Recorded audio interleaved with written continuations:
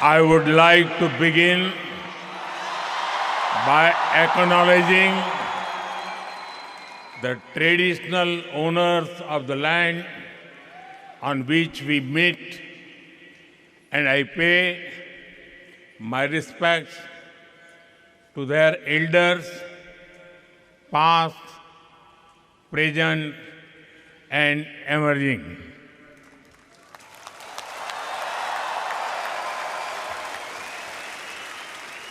Vanakkam, Melbourne. नमस्कार mites, कैसे हैं आप? केम छो? ये शो हाउसफुल है, ब्लॉकबस्टर है। मैं अपना भाषण शुरू करूं इससे पहले विक्टोरिया के प्रीमियम और मेरे मित्र प्रधानमंत्री जी के सम्मान में आप सब अपने मोबाइल फोन की फ्लैश लाइट बजा के इनको सम्मानित कीजिए। इनके सम्मान में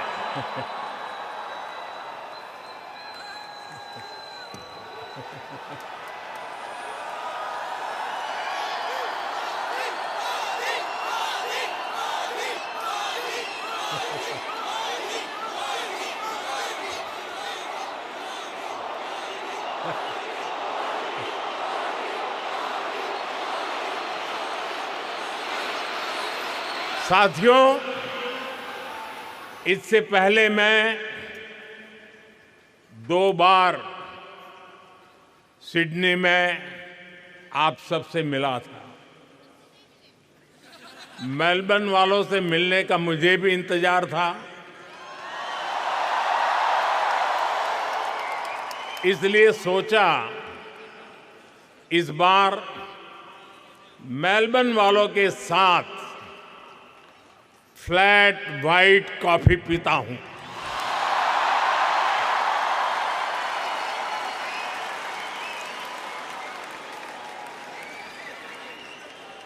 साथियों, जिस एनर्जी से आप सभी ने, हमारे ओसी फ्रेंड्स ने हम सभी को वेलकम किया है, वो और भी अमेजिंग है।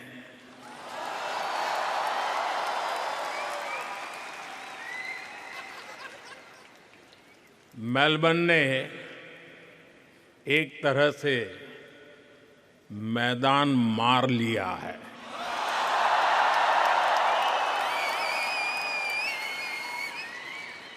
साथियों, मैं मेरे मित्र, भारत के मित्र प्राइम मिनिस्टर एंथनी अल्बनीज़ी का भी बहुत आभारी हूं।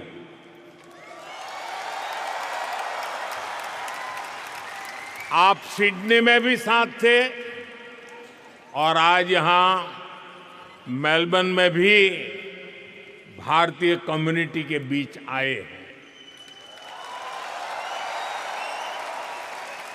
और ये एक प्रकार से फुल सर्कल हो गया है। अहमदाबाद, जहां दुनिया का सबसे बड़ा क्रिकेट ग्राउंड है,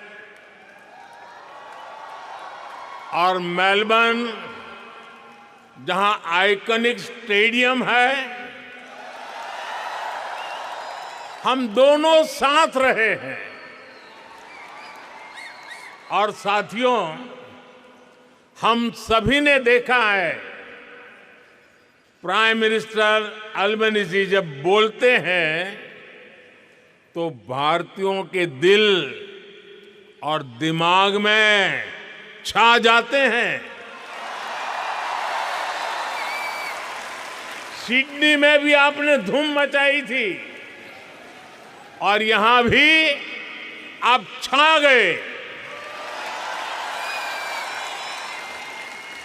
मैं विक्टोरिया की प्रीमियर का भी उनके ऊर्जा भरे शब्दों के लिए, भारत के प्रति इतने स्नेह से उन्होंने जो कहा, उसके लिए उनका भी हृदय से आभार व्यक्त करता हूं।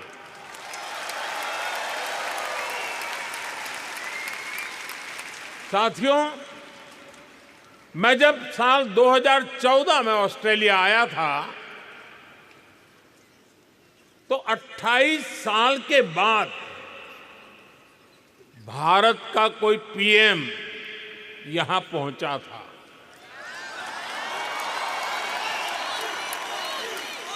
और आप याद कीजिए, तब मैंने कहा था कि अब आपको 28 साल इंतजार नहीं करना पड़ेगा। पिछले 12 वर्षों में मैं तीसरी बार यहां आया हूं।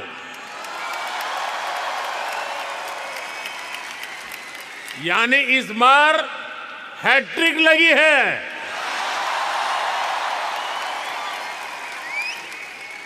ये दिखाता है कि भारत और ऑस्ट्रेलिया के रिश्ते किस ऊंचाई पर है। और जानते हैं, इसमें सबसे बड़ी भूमिका किसकी है? कुछ दिन बाद ही मेलबर्न में इंडियन फिल्म फेस्टिवल शुरू होने वाला है। मैं इसके सफल आयोजन की आपको अभी से शुभकामनाएं देता हूं। साथियों, आप सभी ऑस्ट्रेलिया की ग्रोथ को अपने परिश्रम से सींच रहे हैं, लेकिन मैं जानता हूं कि आपकी एक नजर भारत पर लगातार रहती है।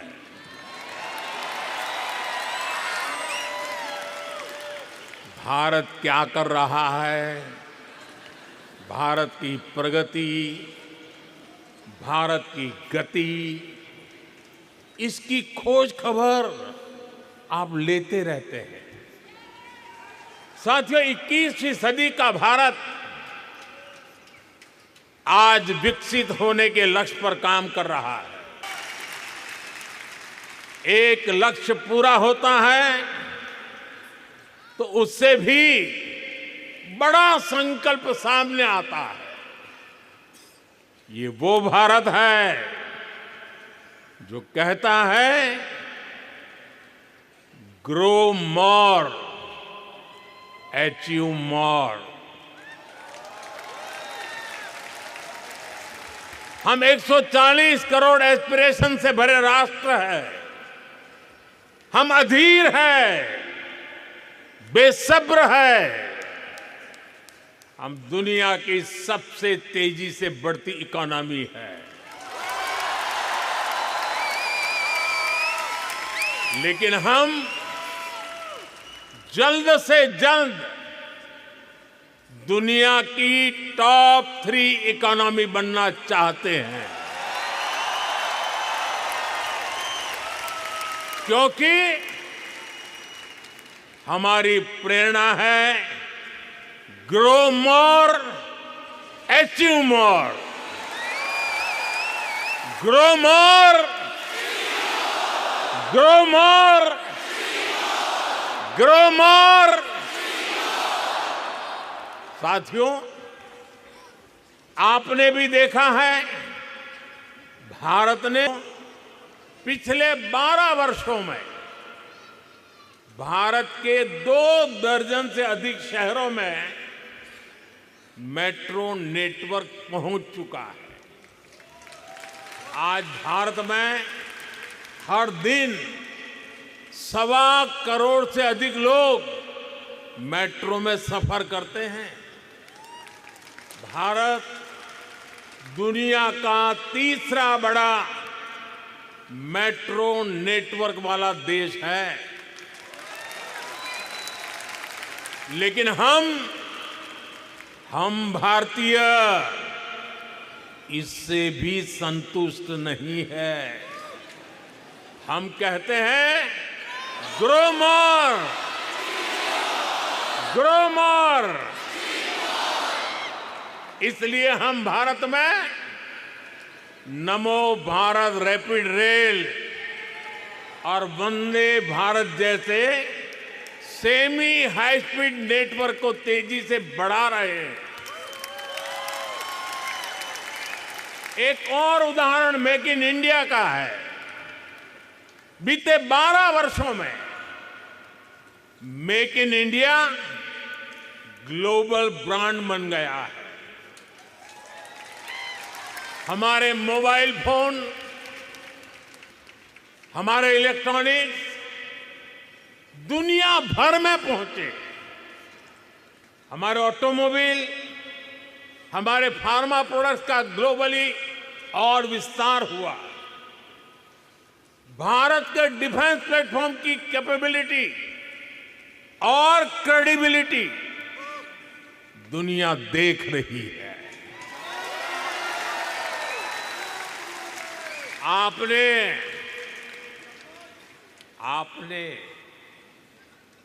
ऑपरेशन सिंदूर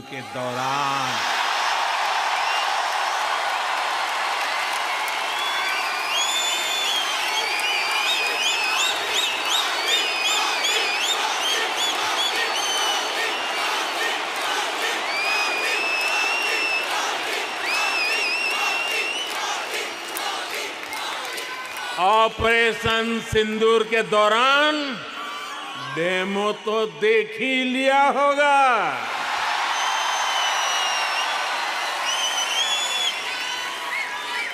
धमाके आतंकियों के अड्डों पर हो रहे थे और गूंज पूरी दुनिया में सुनाई दे रही थी।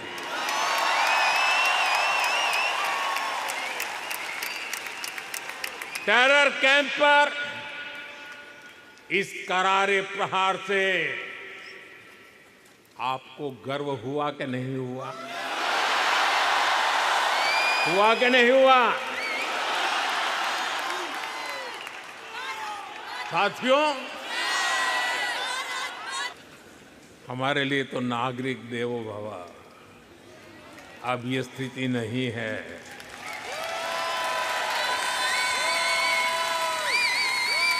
अब ज्यादातर काम सेल्फ अटेस्टेशन से ही चल जाता है।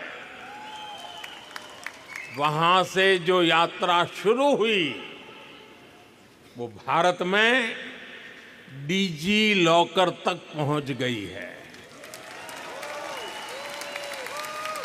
एक ऐसी डिजिटल व्यवस्था जिसमें भारतीय अपने डॉक्यूमेंट्स डीजी फॉर्मेट में रख सकते हैं।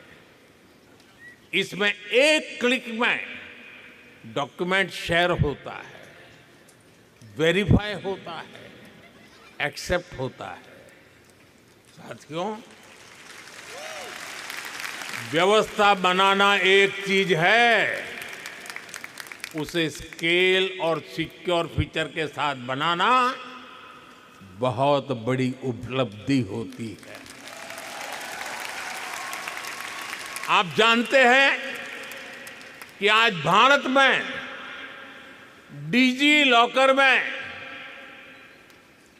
डिजी लॉकर के कितने यूजर हैं? मैं जानता हूं आंकड़ा जरा याद रखना कठिन है। इस वक्त 70 करोड़ यानी 700 मिलियन से ज्यादा डिजी लॉकर यूजर हैं और इनमें 850 करोड़ से अधिक डॉक्यूमेंट स्टोर है। 850 करोड़ से अधिक। साथियों, नागरिक देवो भव का एक उदाहरण हमारा हेल्थ केयर सिस्टम है। आज करोड़ों भारतीयों के पास एक सिक्योर डिजिटल हेल्थ आईडी है। इसमें हेल्थ रिकॉर्ड्स की पूरी हिस्ट्री डिजिटली स्टोर होती है। इससे भारत में डायग्नोसिस और बेहतर हो रहा है और इससे इलाज की व्यवस्था और सुधर रही है। यही नहीं, टेली कंसल्टेशन का चलन भी तेजी से आगे बढ़ रहा है। भारत का एक ई संजीवनी प्लेटफॉर्म है। इससे अभी तक 48 करोड़ 48 करोड़ यानी 480 मिलियन टेली कंसल्टेशन हो चुकी है। इस प्लेटफॉर्म से 2.25 लाख से अधिक हेल्थ केयर प्रोवाइडर जुड़े हैं। साथियों, एक जमाने में आप सभी ने पासपोर्ट से जुड़ी परेशानियां भी सही होगी। आप याद कीजिए, कितने हफ्ते लगते थे पासपोर्ट बनने में, लेकिन आज पासपोर्ट औसतन कुछ ही दिनों में मिल जाता है। यही सिटीजन फर्स्ट गवर्नेंस है। यही नागरिक देवो भव के मंत्र की सफलता है। साथियों, मैं अक्सर एक बात कहता हूं, भारत का सामर्थ्य जितना बढ़ता है उसका फायदा पूरी मानवता को होता है। हमारे संस्कार है सर्वे भवन्तु सुखिनः, यानी सब सुखी रहती है। साथियों, मैं जानता हूं कि मानवता के हित में काम करने में ऑस्ट्रेलिया की भी बहुत बड़ी भूमिका है।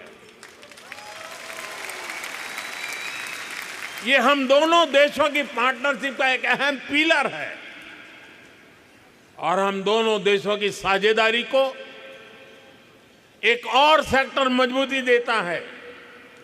ये सेक्टर है स्पोर्ट्स, खेलकूद। स्पोर्ट्स की दुनिया में ऑस्ट्रेलिया अपने आप में एक ब्रांड है।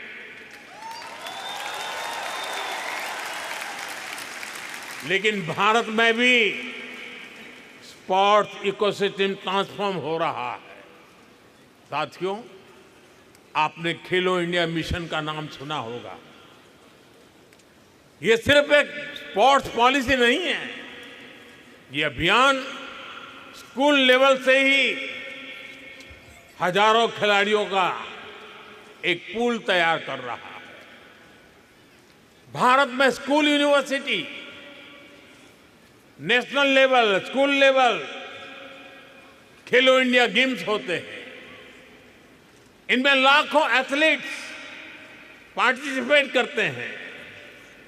इस मिशन के तहत भारत के रिमोट एरियाज में भी स्पोर्ट्स इंफ्रा तैयार किया जा रहा है। इससे ज्यादा से ज्यादा एथलीट्स को, खास तौर पर हमारी बेटियों को ज्यादातर अवसर मिल रहे हैं। और ये सिर्फ शहरों तक सीमित नहीं है। सांसद खेल महाकुंभ जैसे आयोजनों से गांव-गांव में स्पोर्ट्स को फिटनेस से जोड़ा जा रहा है। करियर अपॉर्चुनिटीज से कनेक्ट किया जा रहा है। और ये जो कुछ भी हो रहा है, इसका इंपैक्ट फील्ड में दिख रहा है। भारत के एथलीट्स, भारत की टीम्स बेटर से बेस्ट होती जा रही है। साथियों, यही कॉन्फिडेंस भारत को स्पोर्टिंग लीग के नेक्स्ट लेवल पर ले जा रहा है। 2030 कॉमनवेल्थ गेम्स भारत होस्ट कर रहा है।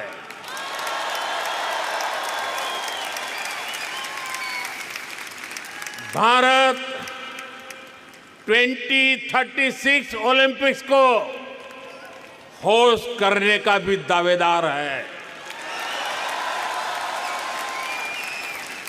मुझे पूरा विश्वास है स्पोर्ट्स के क्षेत्र भी ऑस्ट्रेलिया और भारत की पार्टनरशिप का और विस्तार होके रहेगा।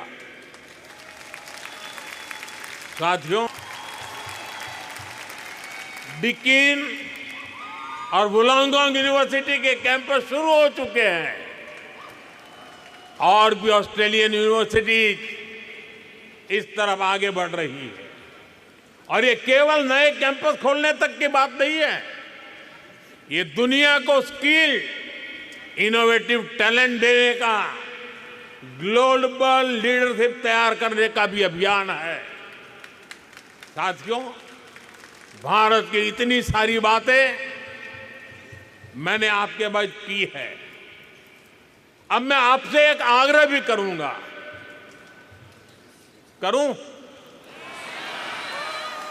करोगे? मेरी बात मानोगे? वादा? कुछ समय पहले हमने हमारी प्रवासी कम्युनिटी के बच्चों के लिए भारत को जानो क्विज की शुरुआत की है।